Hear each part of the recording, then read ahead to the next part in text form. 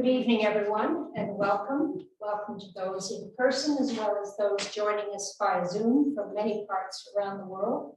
My name is Carolyn Strange, and I'm the head of the School of History at ANU, and it's my pleasure to welcome you to the launch of this extremely impressive book, the Routledge Companion to Global Indigenous History. Before we begin, I will hand over to Professor Lynette Russell, who will deliver the acknowledgement of country.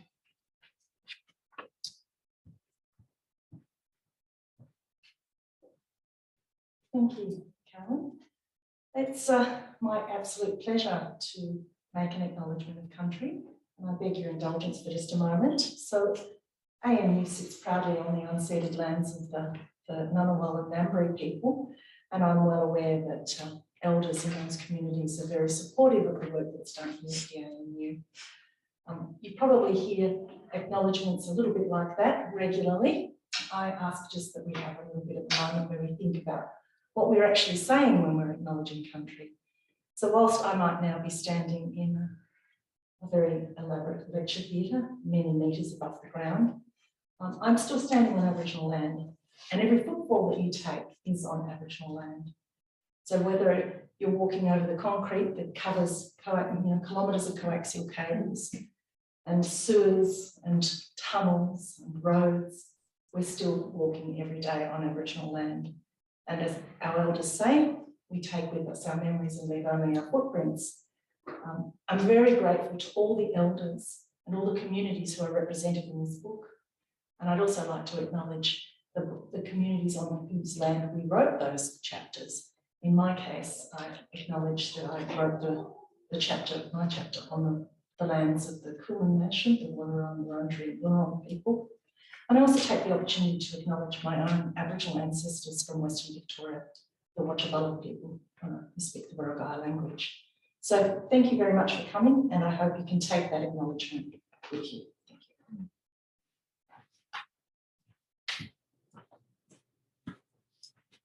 Thank you, Lynette. It's now my pleasure to introduce Professor Mark Kenny, who is a professor in the ANU's Australia Studies Institute. Prior to taking that post, he served as a political correspondent and national affairs editor at the Sydney Morning Herald, The Age, and the Canberra Times.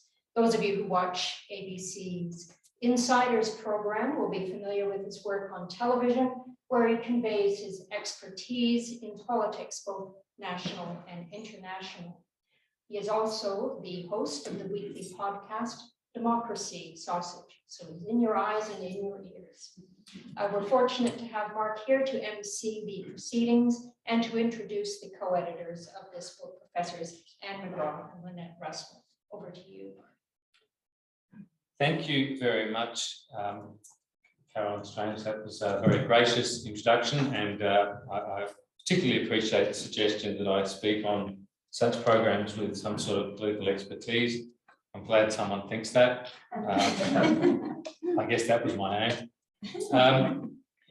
And can I also just personally associate myself very strongly with the acknowledgement of country. I'm sure everyone in the room feels that way, but I just feel as the MC here, it's appropriate for me to do so. I'm very used to making an acknowledgement of country when I'm doing events, and that particularly heartfelt one that Lynette just gave, I think, invited us to think very deeply about what those words mean, and I wanted to just emphasise that as we begin.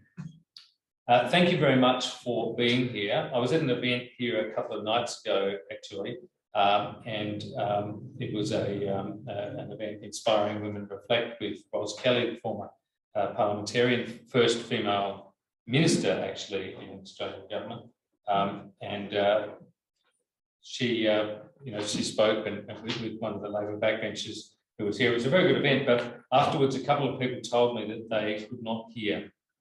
So bearing in mind that we're not using amplification particularly, I would invite you, self-conscious that might make you feel at some point, if you are struggling to hear up the back, there are seats further forward that you would be very welcome to move down to. Nothing worse than being in an event where you're not picking up everything that's being said. We are here, of course, to launch this very impressive book, as Professor Strange said, and it's my great pleasure to introduce Anne McGrath and Lynette Russell, the two editors of said tome. It is a very impressive work. It's also extremely readable in the parts I've read of it, which for me is not being a specialist in this field is and being a journalistic background, being a writer by profession, I suppose. I'm always eager to find things that are actually well expressed and accessible. So I commend it on that basis, as no doubt it's a scholarly depth as well. Professor Anne McGrath is the director of the Research Centre for Deep History at Australian National University. She holds the W.K. Hancock Distinguished Chair of History at ANU and was awarded the Kathleen Fitzpatrick ARC Laureate Fellowship in 2017. Anne's current interests are deep history in the global context, spatial history and scale. Recently, she is the co-editor with Lynette Russell of the Routledge Companion to Global Indigenous History, we see here today, plus the co-editor with Mary and Jeb of Long History, Deep Time, and she's the author of Illicit Love, Interracial Sex and Marriage in the United States and Australia, which was awarded the New South Wales Premier's History Prize. And Lynette Russell is the director of the Indigenous Studies Centre at Monash University and also a Kathleen Patrick ARC Laureate Fellow. Her focus is on developing an anthropological approach to the story of the past.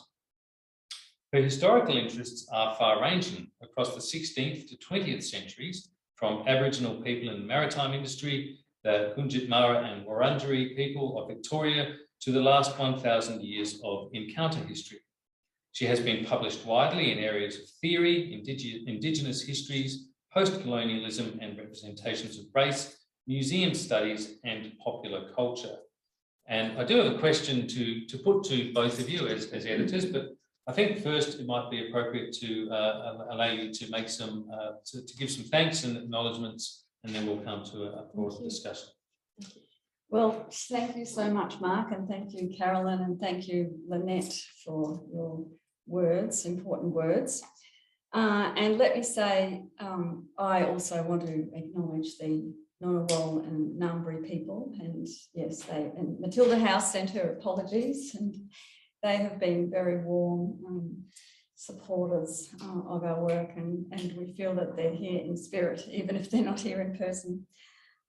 So let me say how pleased I am to see you here. Thank you very much, the people who've come in person to celebrate our launch, which was postponed. It was going to be in February, so we're so thrilled to have it in person, but we're also really thrilled to have the many people who are actually tuning in through Zoom, and there's a lot more on the Zoom than there are here today in person.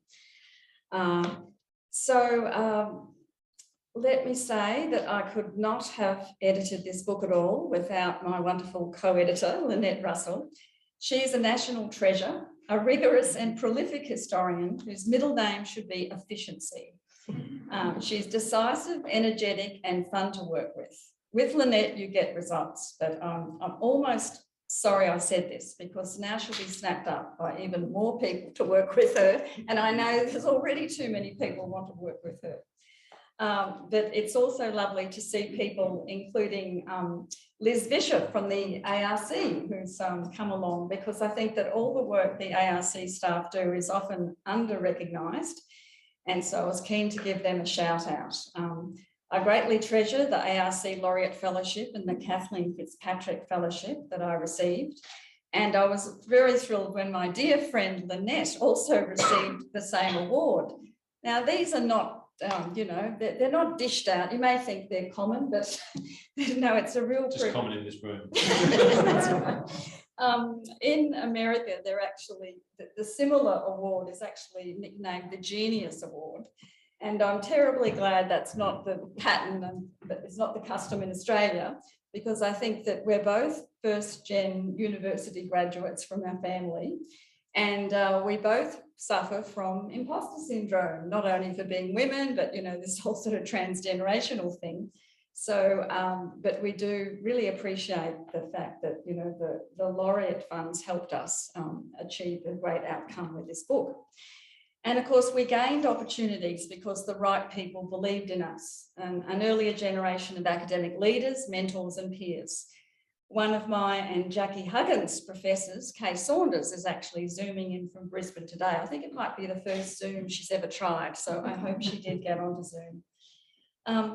We are so honoured to have Professor Jackie Huggins launching this companion. She's not only a pioneering Indigenous historian and biographer, but throughout her career, and most recently with her work on the Queensland Treaty, she has combined historical knowledge and intellectual rigour with purposeful, untiring activism towards social justice goals for Indigenous Australians and also globally in many ways. I had the great privilege only last week, though it seems a world away, to be led on an amazing tour by Jackie on country, Kurramindungi, her wonderful country, better known, unfortunately, as Carnarvon Gorge, and I named after Lord Carnarvon, who apparently discovered Tutankhamun's tomb.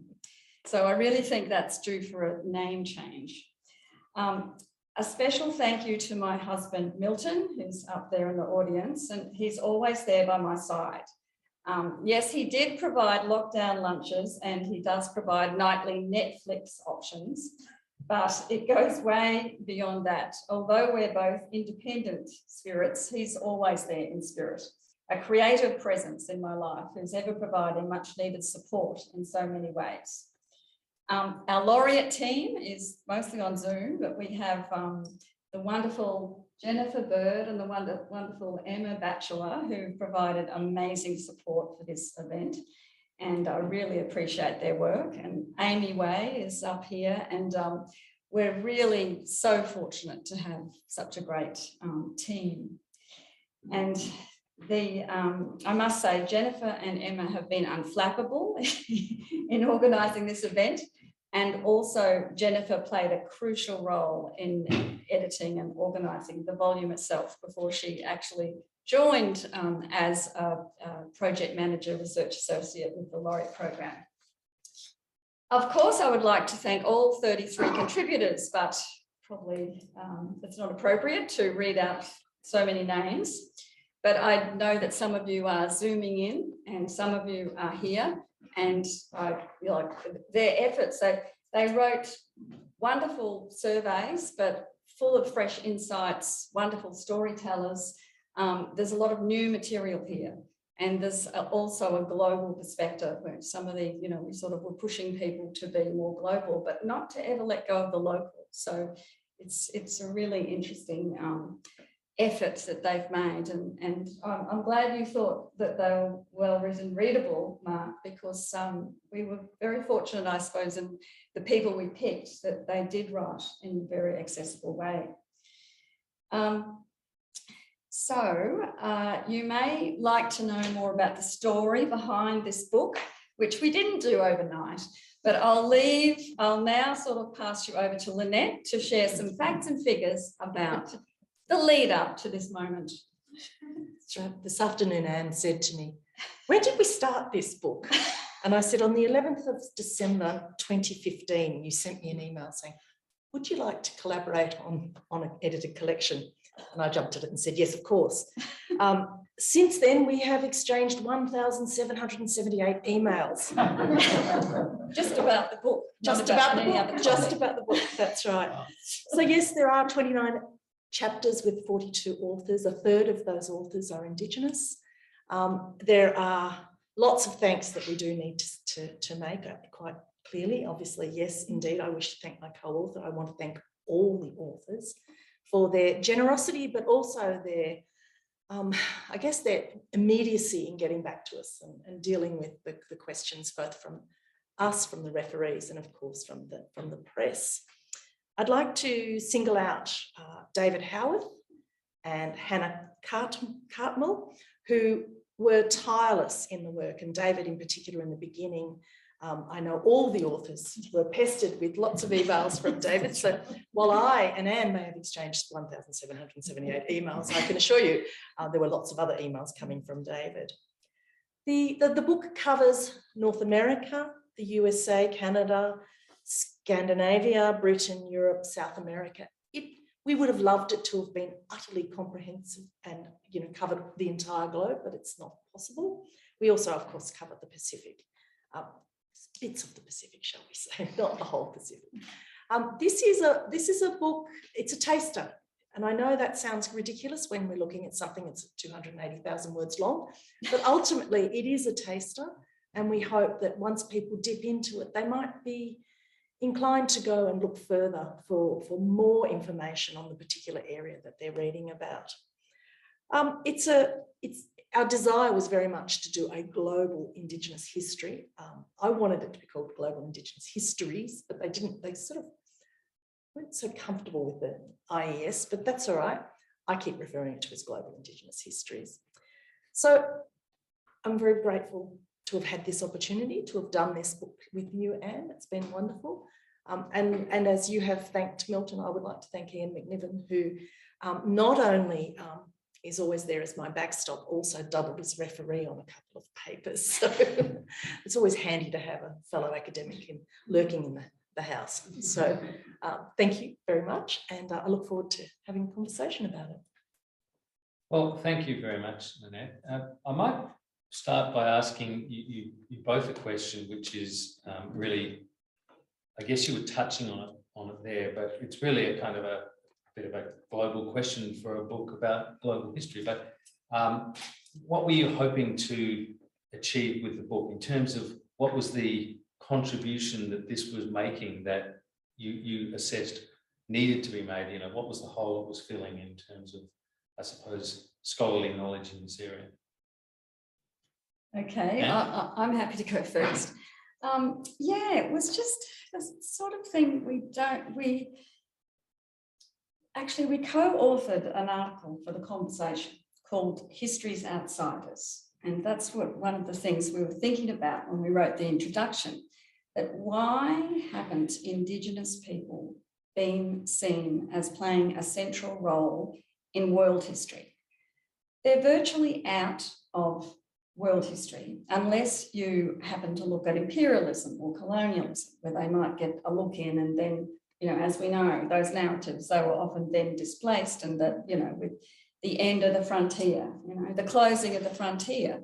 And, why was it closed? Well, that, was supposed to be because the Indians were no longer there, the Native Americans in the US. And in Australia, of course, in the last few decades, there's been a big emphasis on Indigenous history. A lot of wonderful young scholars are tackling it. There's a great lot of publishing. But prior to Europeans arriving, there is nothing called history. So one of the things we wanted to interrogate, well, what is history, and why has history with a capital H left out Indigenous people? After all, they're Indigenous people around the whole world. And that's another thing with our English-speaking bias. We tend to do research in the United States or Canada or Australia. So we wanted to change that in the book. And of course, we engaged a Sami scholar. We approached in Sweden. And we say Europe too has an Indigenous history. So does Asia. We had the wonderful Robert Cribb writing a brilliant survey of the issues in Asia. And there's political, cultural, there's so many aspects. And then there is a lot of Indigenous people now saying our history is local. But at the same time, there is a great deal in common that Indigenous people have suffered globally. The United Nations actually agreed to do a declaration on the rights of Indigenous people. And there they very clearly point out the common sufferings of Indigenous people around the globe. Of course, they don't have a common history. They have many things in common. But one of the reasons I love this cover was because it is representing Indigenous governance. This is a group of many Native American nations who came together in the 1840s in Tahlequah. The whole story of this tells a big story. For one thing, they actually did have treaties in North America. to discuss. Their governance was recognised by the United States. Their chiefs were recognised. They then could have big meetings where they had an international convention between Native Americans. And this made me think, well, in Australia, the government really has still not recognised Aboriginal nations. It has not recognised sovereignty. And yet that's one of the aspects that the United Nations Declaration tackles, not only the suffering, but the fact that the sovereignty has not been ceded or respected. And so Indigenous history hasn't been honoured either, that they might have different historiographies, different modes of Indigenous historical practice. And I guess, you know, we had a lot of ambitions to make that resonate with people, like, hello, you can't do global history without doing Indigenous history. Hey, you can't start with the Renaissance or the medieval era. These Indigenous people were around a whole lot longer than that. Why is history's periodisation not starting to tell their story too? And of course, there's been also connectedness, which some of the chapters explore, between Indigenous nations politically asserting their rights globally. And that's another story. So we tried to cover so many aspects of this story, but I might hand it over to Lynette now to make some remarks. And Anne's point about, you know, Indigenous history is local is very pertinent, because while these chapters often deal with very local, very specific events and themes, it's also, they also have resonances, a global resonance as well. So while they are indeed linked by imperialism and capitalism and indeed colonialism, there's also some very unique experiences that people have had across the planet. And by pulling them all, as many as we could, together, we really get that opportunity to see the commonalities, to see where there are similarities. You know, the removal of children, the loss of language, the difficulties that we have with you know, criminal justice, recidivism, and indeed, of course, health issues. These are things that are absolutely, you know, for Indigenous communities across the planet, these are universal experiences. So it's both local, specific, but also general and global. Thank you. I know, as I write the conversation myself quite regularly, that they have a section in the kind of the data about the articles where you can actually record any things that flowed from the original article, any other interviews that occurred. I hope that you can go back into that story that you wrote originally and put in there only a 280,000 word book with 42 authors, because that's pretty damn good. And I must say, it did occur to me, Lynette, when I was hearing you talk about the, whatever it was, 100,000 and what emails, that, you know, the question came to me, you know, was there at any point where you thought, oh God, I wish I hadn't started this? Oh yes, many points. I think the fact that it did coincide, the last bit of it essentially coincided with the pandemic. Right. So we really did end up doing it all entirely remotely. And so for many of our contributors, you know, we literally are meeting them for the first time, right? Because we've been doing it all remotely. So, yes. All right, well, let's meet another one of those contributors now. This is actually a pre-record from Ben Silverstein. Dr. Ben Silverstein is a postdoctoral research fellow in the Rediscovering the Deep Human Past Laureate program at ANU. Ben's research focuses on colonial and Indigenous histories with a focus on Australia, Southern and Eastern Africa and the Pacific. His work engages questions of race and settler colonialism, as well as contests over sovereignties and colonial government. His first book, titled Governing Natives, Indirect Rule and Settler Colonialism in Australia's North, which was Manchester University Press 2019, explores Australian articulations of indirect rule as a mode of governing Aboriginal people in the interwar period. So hopefully we can play this contribution from Dr. Ben Silverstein.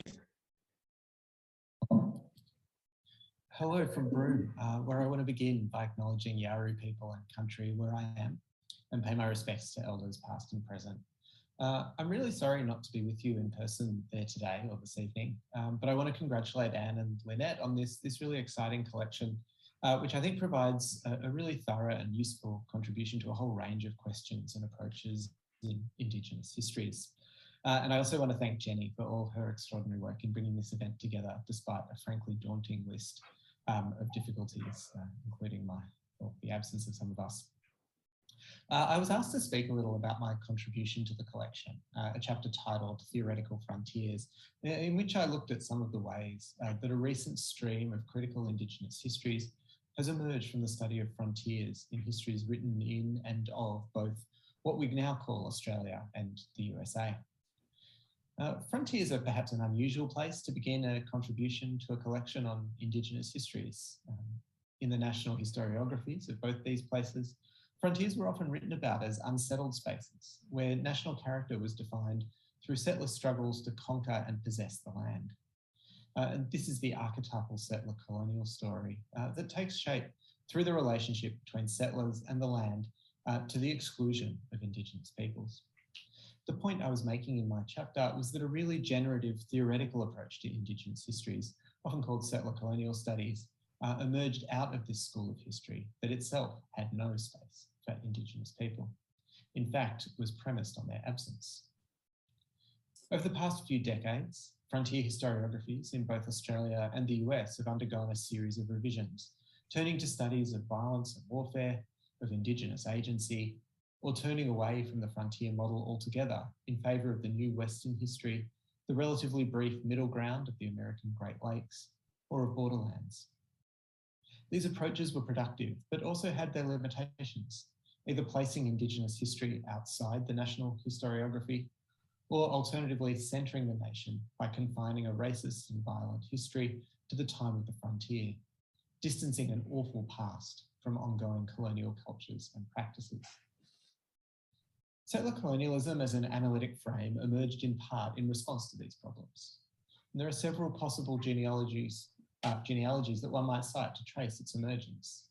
One could note Hawaiian pedagogies of living with the colonial past in the present, or the circulation of analyses of Israeli settler colonialism among Palestinian intellectuals and activists. But here in my chapter, I emphasise Koori narrations of Australian frontier violence in the wake of the Australian bicentenary celebrations in 1988. These contributions rethought the frontier not just as a period of violence, but more crucially as establishing enduring relationships conducive to colonial extraction through land theft. This work, and here the contribution of Patrick Wolfe is key, theorised settler colonialism as a relationship between settlers and Indigenous peoples, characterised by an ongoing logic of elimination that enabled a colonial practice premised on displacing Indigenous people from or replacing them on the land. The frontier is the primary and persistent paradigm of this settler colonisation. Now, this was an effective model, but it had, of course, its own problems. In Jodie Bird's terms, it acknowledged Indigenous sovereignties, but provided little space for illuminating their stories as they slipped amongst and through efforts towards their erasure. Or, as Shino Kanishi has written, it registers but does not create space for understanding both the extra-colonial Indigenous histories which coincide with shared histories of colonisation and the continuing modes of Indigenous resurgence which respond to colonial discourses and dispossessions.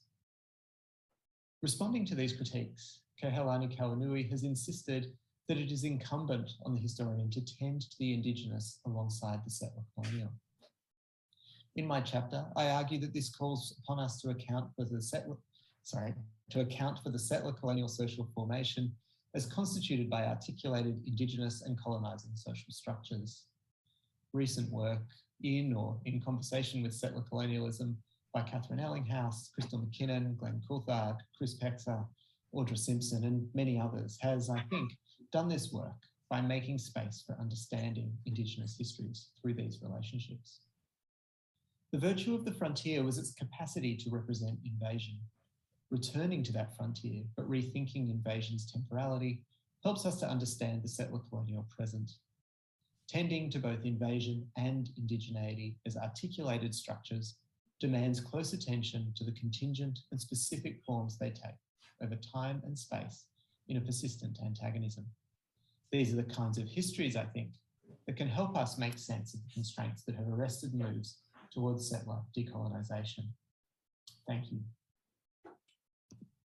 Well, thank you very much. That was obviously a recorded contribution, but hopefully Ben is able to be watching in on Zoom tonight. So our thanks to him. Waiting very patiently on the panel are two people who have yet to be invited to speak. One of them I'm going to go to right now. Professor Kate Fullagar is a Professor of History at the Institute for Humanities and Social Sciences at the Australian Catholic University.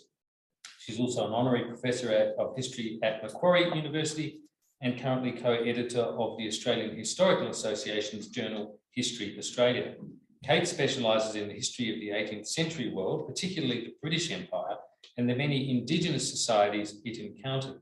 She is the author of numerous publications and is lead chief investigator of an ARC linkage project with the National Portrait Gallery called Facing New Worlds. Welcome, Kate. Thank you. Thanks, Mark. And thank you, everyone here, for inviting me and for listening to this great launch. I'd also like to pay my respects to the Ngunnawal speaking and Ngambri peoples of this land and their elders past and present.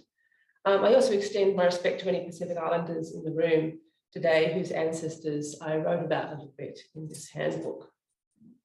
So I'm sorry I have notes, but I can't remember what I wrote myself. So it was very interesting to be able to go back and look at some of the chapters today, including my own. So I realised this afternoon that I'd opened my chapter with the story of Ahutoro, who was the Tahitian Raiatean man who met with Bougainville in Tahiti in 1769. And he eventually became the first Pacific Islander to reach Europe. Now, against the common implication of the people who do write about Ahutoro, there's a common implication that he must have been totally bedazzled and maybe bamboozled by his experience of going to a whole new world. But against that, I tried in my opening kind of gambit to emphasize how joining such an enterprise as Bougainville's voyage was well within the limits of possibilities for this man, a man who had come from a long line of super voyagers, we might call them. I then detailed how Ahutoro, like all East Pacific peoples of the late 18th century, would have grown up knowing that he was part of the Hawaii diaspora. That is, he would have grown up knowing that his ancestors came from Hawaii, which his own family would have located, his particular type of family would have located in the island of Raiatea, which is his mother's island. And he would have heard that Hawaii was the center of the world, the creator of all gods and peoples, and from which place his ancestors traveled first to the other islands in the Tahitian archipelago, then up north, further east, and down south. Now, modern archaeologists roughly confirm that of the wave of people who were in the Tahitian area around about 1500 years ago, descendants went north to Hawaii about maybe 1200 years ago, east to Rapa Nui around about the same time, and south to Aotearoa perhaps 1000 years ago. They too show that this migration went elsewhere in the Eastern Pacific to make up what many today call Polynesia. So my chapter was not on this momentous and very well told story of initial dispersal, and some of those tellers are actually in the room today, I realized. But the chapter instead centered on what we might say was the second Hawaii diaspora. This went from the late 1700s to the mid 1800s. The chapter looked at those islanders who, via the ships of outsiders, often Europeans or Americans, they reinvestigated or reinstigated their super voyaging heritage by traveling as far as the Pacific Rim and oftentimes even beyond the Pacific Rim. Now, I followed some calculations made by the Hawaiian historian David Chappell, the historian in Hawaii, David Chappell. And from that, and from kind of looking at other bits of evidence and kind of honing down his own evidence, which was looking at a much wider diaspora, I estimated that the people involved in my focus, the people who'd gone to the Pacific Rim and beyond in that kind of 19th century era, numbered something like 15,000 individuals. I took a microbiographical approach. The editors would have been pleased to hear because I didn't look at 15,000 people. But I took a microbiographical approach. I looked at about 10, 12 people and focused only on individuals actually from three main Polynesian groups, the Tahitian archipelago, the Hawaiian archipelago, and Aotearoa.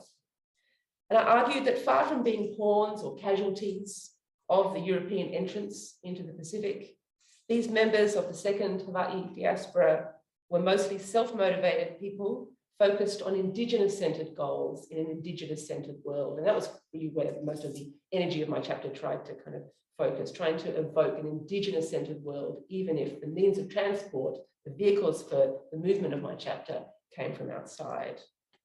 The voyages of this diaspora were in many ways historical hinges between that first kind of momentous dispersal and the third, what we might say, the third diaspora, the one that is currently in existence of Polynesians going around the world. It was the diaspora that I looked at was in many ways the hinge between them. I argued that they refashioned their core voyaging heritage into a means of accessing and also shaping the modernizing world around them. So I'll leave it there. Thank you very much, Kate. Our next speaker is zooming in, I trust. Dr. Laura Rademaker is a postdoctoral research associate in the Centre for Indigenous History at ANU. She was formerly a postdoctoral fellow and deputy director at the Research Centre for Deep History and now holds an ARC DECRA. Laura is the author of Found in Translation, Many Meanings on a North Australian Mission, University of Hawaii Press, 2018, on language and cross-cultural exchange at Christian missions to Aboriginal people, awarded the 2020 Hancock Prize. Her work explores the possibilities of cross-culturalizing history, interdisciplinary histories, as well as oral history and memory. Laura is currently a collaborating scholar with the Research Centre for Deep History. Well, thank you, Mark. And I trust you can all hear me okay. And if you can't hear me, I'll see something pop up in the chat. I'm zooming to you from unceded Larrakia country, and first I'd like to pay my respects to them and their elders. I'd also like to acknowledge Tiwi people and their elders on whose country I've had the honour of spending the last couple of weeks and who have been so generous with me and partnering with me in research. Congratulations to Ann and Lynette. This book is such a wonderful achievement. My chapter starts with 2019, which is the International Year of Indigenous Languages. 2019 brought the vitality of Indigenous languages and the urgency of upholding them to the world's attention. Indigenous people around the world are claiming language as an integral part of their intellectual sovereignty. By recognising the language of country, therefore, one also recognises the speakers of the language as owning and belonging to the land, that is, as sovereigns. So my chapter looks at the way Indigenous struggles for sovereignty have also involved a struggle for the survival and the legitimacy of Indigenous languages. But in lots of places around the world, colonisers took up Indigenous languages themselves as tools in the colonising process. Colonisers thought that Indigenous languages would be the key to understanding and so manipulating and supposedly controlling the native mind. But Indigenous people could and did use their linguistic expertise and their ability as translators to thwart or transform the ambitions of colonisers. So my chapter looks at how Indigenous people engaged with, invaded, and undermined colonisers' efforts through language and translation. Indigenous people created new meanings, new opportunities through translation.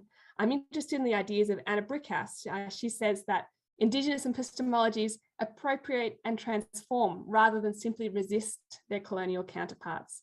And through the opportunities and ambiguities of language and text and translation, Indigenous people were able to push and pull colonial authorities into or away from their own worlds as they saw fit. But I've just spent the last couple of weeks on the Tiwi Islands talking to traditional owners about history. So I'd love now to take the opportunity to touch on two things that have really stood out to me.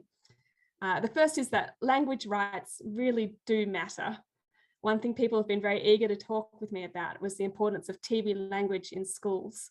The older generation there grew up with bilingual program in their school with the elders as the teachers.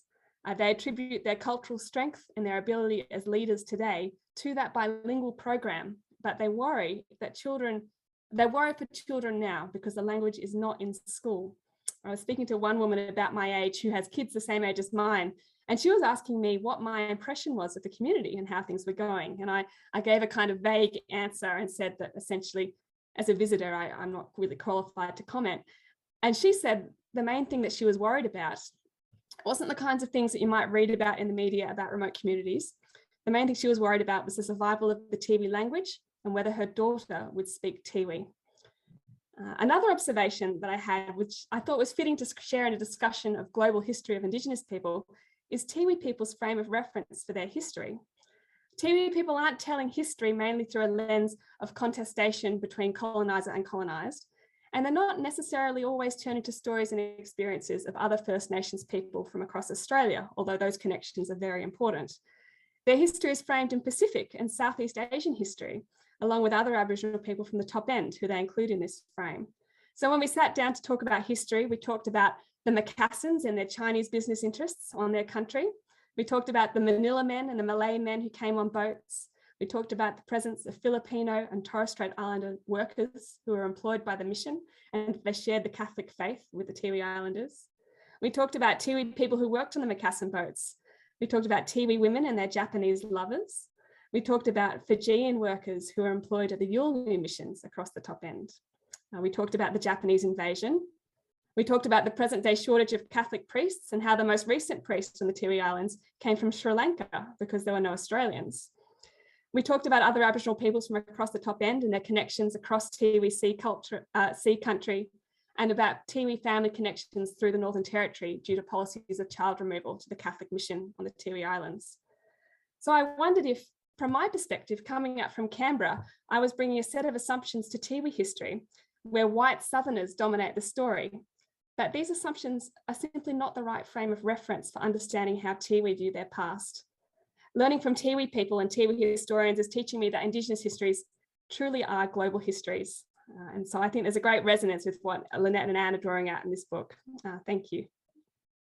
Thank you very much, Dr. Rademaker. It's a fascinating subject matter and very interesting comments there. I think that resonate very strongly with people about the I suppose what you might call the political power of language in a modern context of retaining language.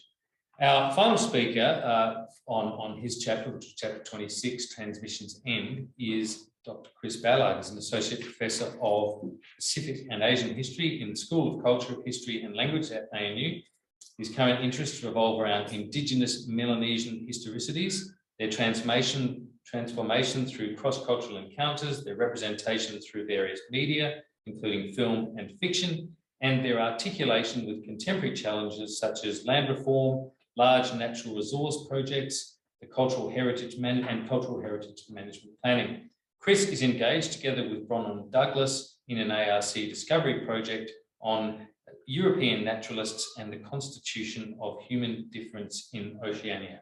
Chris, the floor is yours. After all this time, and you've sat there very quietly. I'm not sure I used any punctuation in that blurb. You're not sure what? That I used any punctuation in that blurb, but thank you for reading this.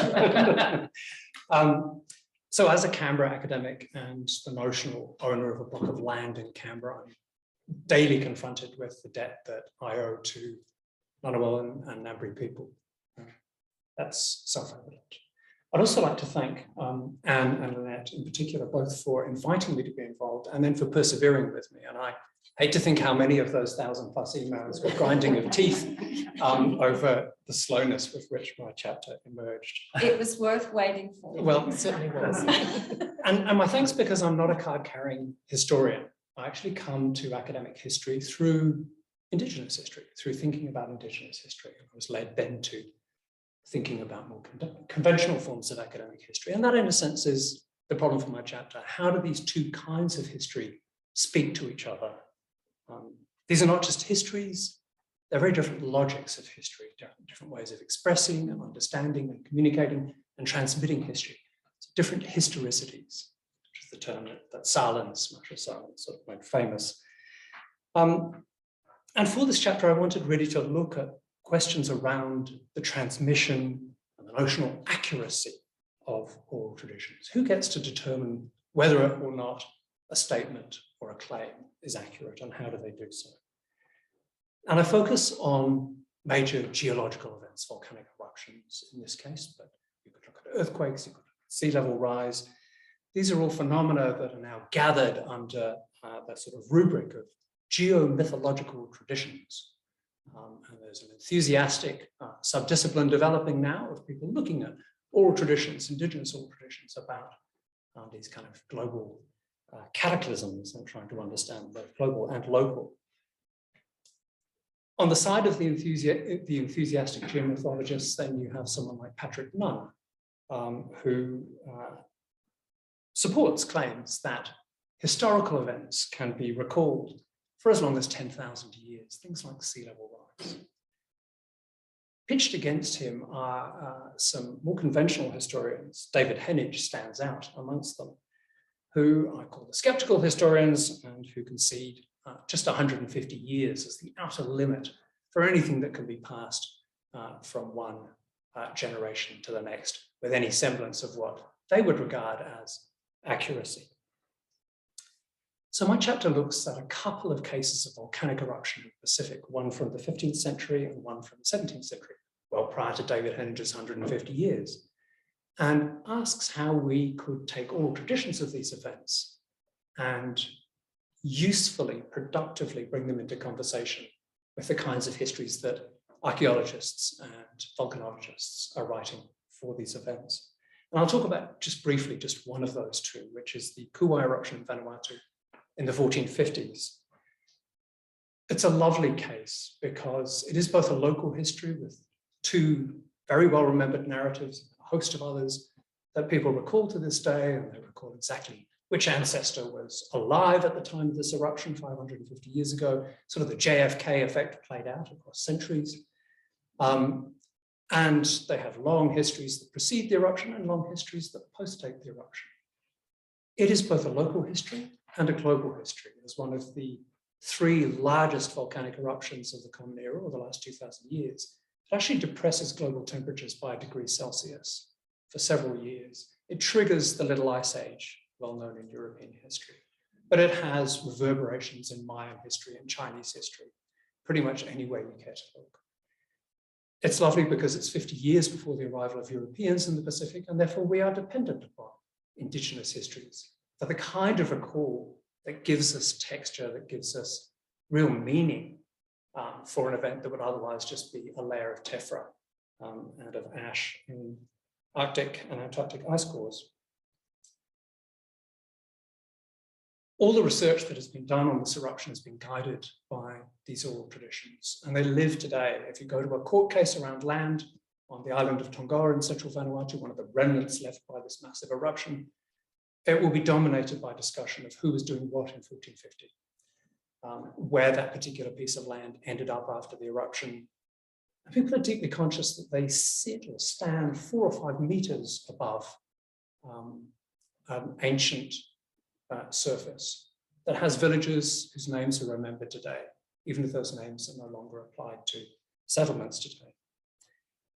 So what I try to do in this chapter is show how the scientific traditions, the scientific historical traditions of linguistics, of history, of anthropology, of archaeology, and of geology might be brought into that productive conversation with these oral traditions, which supply something that none of them can do.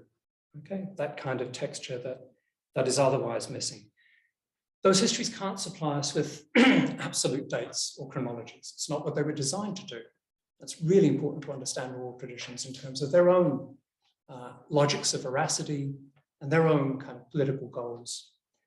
What they are spectacular on is questions of sequence and priority, the things that matter. Who got there first? Who recolonized the island? And those are the goals that fuel transmission, okay, that allow those stories to be told for as long as 550 years. So there may be parallel tracks, the academic and the indigenous histories, but there are intersections, moments, junctures at which the two come into conversation with each other, and I find them extraordinarily fruitful. So thank you. Thank you. That was really, really interesting, and I look forward to reading about that in more deeply. Look, we're running a little bit behind schedule, as is customary with all events, I think. But nonetheless, I might invite the two editors to just make some final summing remarks before I invite Jackie Huggins to sort of formally launch the book. Well, I'd just like to say that Robert Cribb sent his apologies, and Robert did a wonderful job of, surveying the whole of Asia. We're sort of saying we don't know much about the Indigenous history of Asia, and he made it very clear that it's one of great political complexity, identity, and it's still very much alive, playing out today. So thank you, Robert. If you're listening, you did a wonderful job, and I'm sorry that you're ill and couldn't join us. He's in Singapore. And wonderful to see Barry Higgman, who also did a brilliant survey and enabled the general reader to learn a lot about, once again, political complexities of indigeneity in the Caribbean. And so, without these fantastic authors, we wouldn't have this wonderful collection. So thanks to all the contributors who are listening and are here. Absolutely. And a big thank you to Routledge for the work they put into, it's a big effort, and they were very gracious copy editors, I have to say, and they were very responsive. So deeply grateful to them.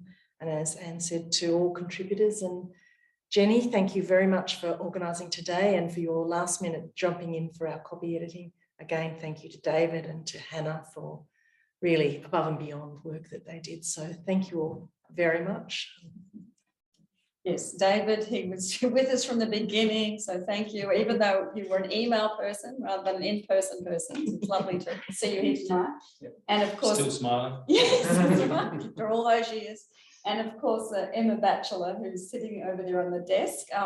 We didn't expect to really sell any copies. We saw this as more of a celebration and a launch. After all these years, we wanted to help people find out about it. Please order it for your library. If your library doesn't have it, we also urge all the contributors to order it for their libraries. And we're really honoured that some people have bought the book, which is actually half price. So you don't want to know the full price. You can work it out though. Well, we're not mathematicians. Thanks everybody. Well, thank you very much. That really remains for the book to be formally launched. And for that process, I will introduce Professor Jackie Huggins, AM, FAHA, a Bijara Biri Gubba Jura woman, is an honorary professor and senior advisor at the Research Centre for Deep History at ANU. She is among the First Nations historians in Australia and was co-chair of the highly successful Treaty Advancement Committee in Queensland. She has served on a number of national and state boards, directed her own consulting firm, and was Deputy Director of Aboriginal and Torres Strait Islander Studies at the University of Queensland. She was made an Order of Australia, a member of the Order of Australia, I should say, in 2001, and a Fellow of the Academy of Humanities in 2007. She has written widely, publishing history books and journals nationally and internationally. A new edition of her brilliant collection, Sister Girl is Our Power, along with an exciting new co-authored work about the life of her father, entitled Jack of Hearts. So I throw to Professor Jackie Higgins. Huggins. James. Huggins, sorry, my apologies. But I must say, Mark, thank you. You did pronounce the clan groups almost perfectly for a white fella. So thank you. It was worrying, yeah, I have to say. Yes, a lot can't do it. So what a molly, everybody. And great to be here tonight and to, I think the book is so beautiful. It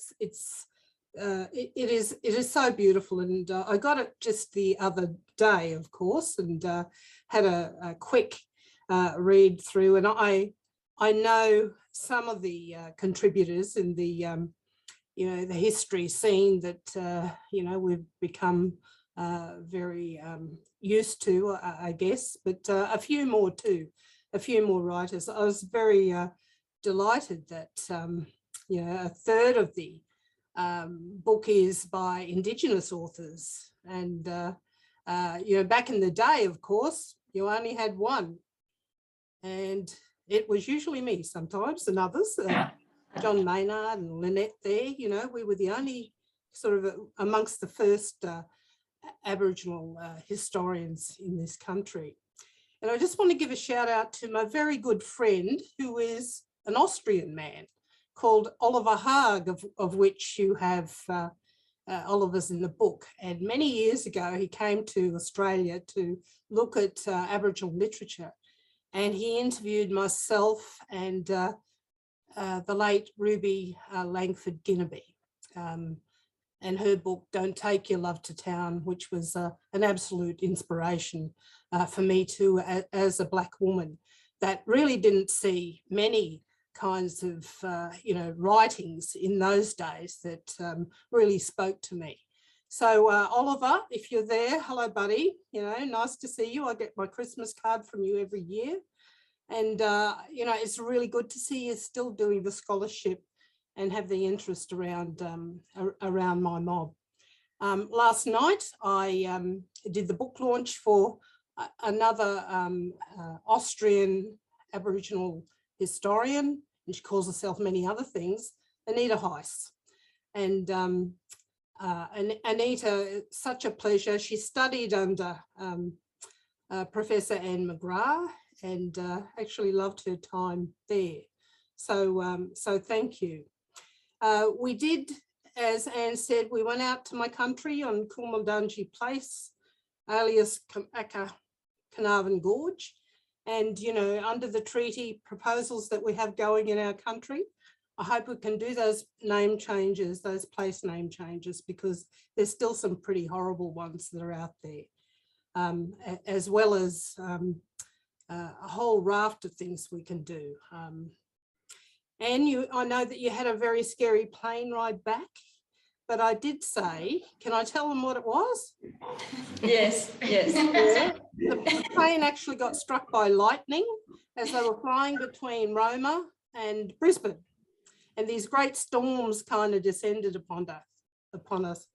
And anyway, I said, don't worry, Anne, the ancestors will take care of you and Amy. And they did just that, which was good. Lynette described this as a taster, and you've heard from the speakers that have spoken here tonight that they are in fact tasters. And, I can't wait to read some of your chapters that you talked about. I think that would be, it's really excellent in terms of the way you framed your work. So now it's a global book. We're now in, not out of history. We know that that's absolutely improved over the last few decades, in fact, well, maybe 10 years anyway. I won't be too romantic about that. But the way you've prefaced the UNDRIP, fantastic, and it's the right thing to do. And look at those commonalities amongst us as colonised Indigenous peoples of the globe. I just want to say something very quickly too about treaties and the voice of which we're embarking on, not so much the voice, but sovereignty and truth-telling are the absolute foundations for the way that we must proceed with treaty in our country. And, we can, in fact, through this, I believe, to change the racist and the colonial systems and structures that still oppress us and hold us captive. And I speak particularly of the criminal justice system and the child protection system, which is still locked into a very hard Western mindset. As a young girl, I wanted to do history, and here I am, and my dream has come true in terms of having it taught in schools. So that's been an excellent thing. And it's still a long way to go, but at least it's taught in schools and taught in universities. Chris, you mentioned how do these histories talk to each other? And that's so true for our people. When Anne was out there, she saw how our histories actually spoke to each other. My uncle Fred, who's my cultural knowledge holder, took us through that country and explained everything, the bush plants, the rock art, and the place that we were in. And in terms of doing that, we are also, you know, recapturing, but also sharing that knowledge as well as he had always wanted to do. So look, I just want to say congratulations to both of you, to Anne and to Lynette, on such a wonderful book. And I just want to declare the this great book here officially launched. Thank you very much. What a morning.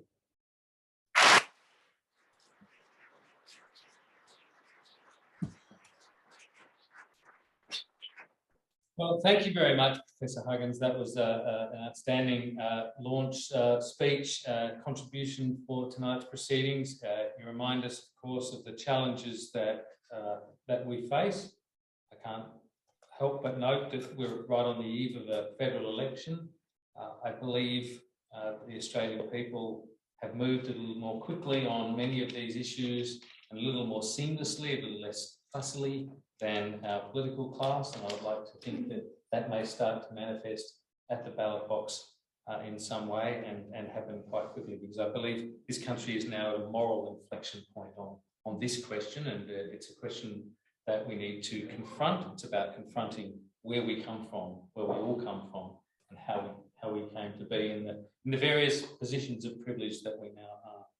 So with those final remarks, can I just thank you for being here? Thank our authors and our editors, who are also authors, for the putting together this launch, and for those who've assisted with all of the logistics, and declare those formal proceedings now closed.